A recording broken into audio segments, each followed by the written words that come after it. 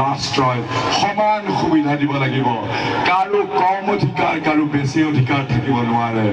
কিন্তু এইবাৰ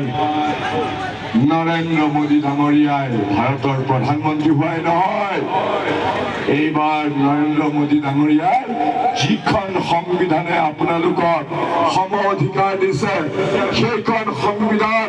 নৰেন্দ্ৰ মোদীয়ে হিমন্ত বিশ্ব শৰ্মাই বদলাই ধৰ্ম নিৰপেক্ষ ৰাষ্ট্ৰটোক কাটি পেলাই হিন্দু ৰাষ্ট্ৰ কৰিব খুজিছে তেওঁলোকে এই সংবিধানখন বদলাব খুজিছে আৰু সেইকাৰণে তেওঁলোকে কৈছে আপকি বাত 400 পাৰ কেনেকে কাৰণ যিখন সংবিধান মহাত্মা গান্ধীৰ নিৰ্দেশত বি.আৰ. আম্বেদকাৰে বনাইছিলে তাত লিখা আছে যে এইখন সংবিধান বদলি কৰিব পাৰিব যেতিয়া এইখন সংবিধান বদলি হ'ব যদিহে 543 জন MP থকা পাৰ্লিয়ামেণ্টৰ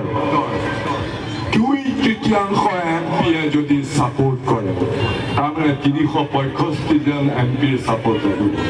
এতিয়া বুজি পালে নে যে বিজেপিয়ে কিয় কৈছে